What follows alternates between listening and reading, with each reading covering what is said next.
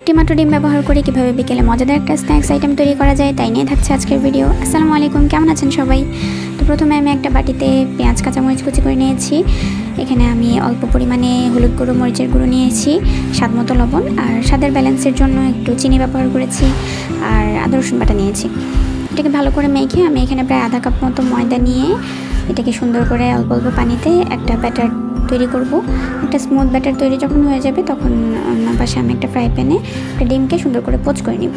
তারা চাইলে ডিমটাকে আলাদা করে ফেটিয়ে তারপরে পোচ করে নিতে পারেন, আমি এভাবেই করলাম। তো যাই হোক, এরপরে ডিম পোচ হয়ে গেলে আমি যে ব্যাটারটা তৈরি করে রেখেছিলাম সেই ব্যাটারে এটাকে ভালো করে কোট করে আমি অন্য পাশে তেল গরম করে নিয়ে এটাকে আমি সুন্দর করে ভাজবো। তো দেখতে পাচ্ছেন আমি কোট করে নিয়ে এটা এক পাশ ভাজা হয়ে গেলে আমি অন্য পাশও উল্টে পাল্টে ভেজে নেব। দুই পিঠ সুন্দর মতো ভাজা হয়ে গেলে আমি আবার সেম ব্যাটারটার মধ্যে দিয়ে এটাকে আবার কোট করব। এই যে দেখতে পাচ্ছেন এভাবে কোট করে নেব। কোট করে আমি এভাবে আবার তেলের মধ্যে ভাজতে দিয়ে দেবো। কয়েকবার কোট করে ভাজার প্রসেসটা কন্টিনিউ করতে হবে যতক্ষণ না ব্যাটারটা শেষ হয়। ব্যাটারটা শেষ হয়ে গেলে ভাজার কাজটাও শেষ হয়ে যাবে।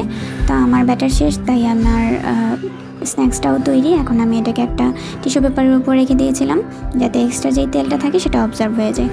এরপরে একটু ঠান্ডা হওয়ার পরে আমি এটাকে কাট করতে নিয়েছি। আপনারা ভালো মতো ঠান্ডা হলেই কাট করবেন, আমার মতো এরকম গরম গরম কাট করতে যাবেন না, তাহলে হাত পুড়ে যাবে। তো যাই হোক, এটাকে আমি সুন্দর করে পিসেস করে নিব।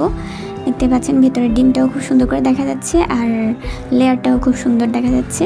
তো আমি এটাকে সার্ভ করেছি সসের সাথে, আপনারা চাইলে যে কোনো ধরনের চাটনির সাথে সার্ভ করতে পারেন। তো আজকের স্ন্যাক্স আইটেম কেমন লাগলো জানাবেন। ভিডিওটা ভালো লাগলে লাইক, কমেন্ট, শেয়ার করতে ভুলবেন না। সবাই ভালো থাকবেন, টাটা।